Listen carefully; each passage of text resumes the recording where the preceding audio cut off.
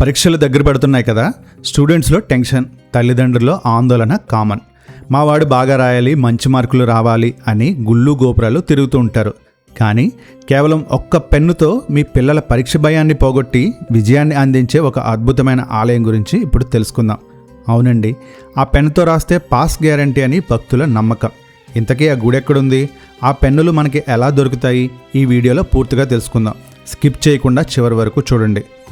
ఆంధ్రప్రదేశ్లోని అంబేద్కర్ కోనసీమ జిల్లాలో పచ్చని ప్రకృతి ఒడిలో అయినవిల్లి అనే ఊరుంది.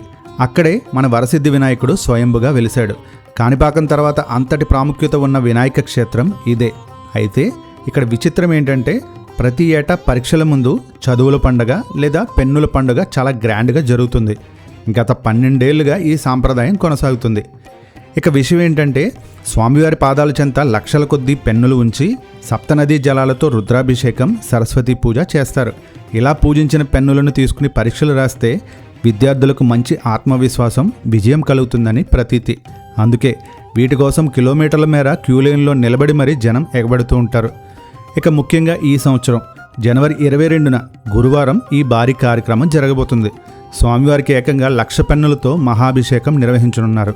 ఈ అపరూప ఘట్టాన్ని చూసేందుకు, ఆ ప్రసాదాన్ని పొందేందుకు 2 తెలుగు రాష్ట్రాల నుంచి భక్తులు తరలివస్తున్నారు.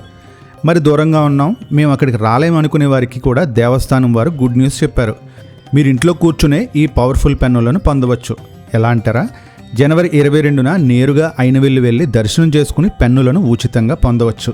లేదా www.aptemples.org వెబ్సైట్లోకి వెళ్ళి 250 రూపాయలు చెల్లించి మీ వివరాలు నమోదు చేసుకుంటే చాలు. మీ గోత్రనామాలతో పూజ చేసి 10 పెన్నులను స్పీడ్ పోస్ట్ ద్వారా మీ ఇంటికే పంపిస్తారు. చూశారు కదా, మీ పిల్లలు లేదా మీకు తెలిసిన విద్యార్థులు ఈసారి పబ్లిక్ పరీక్షలు రాస్తుంటే వాళ్ళకి ఈ విషయాన్ని తప్పకుండా షేర్ చేయండి. దైవబలం, మనోబలం ఉంటే విజయం మనదే కదా. ఈ వీడియో మీకు నచ్చితే లైక్ చేయండి. మరిన్ని ఆసక్తికరమైన ఆధ్యాత్మిక విశేషాల కోసం మన ఛానల్ని సబ్స్క్రైబ్ చేసుకోవడం మాత్రం మర్చిపోకండి. ఓం గం గణపతియే నమః. సర్వే జనా సుఖినో భవంతు.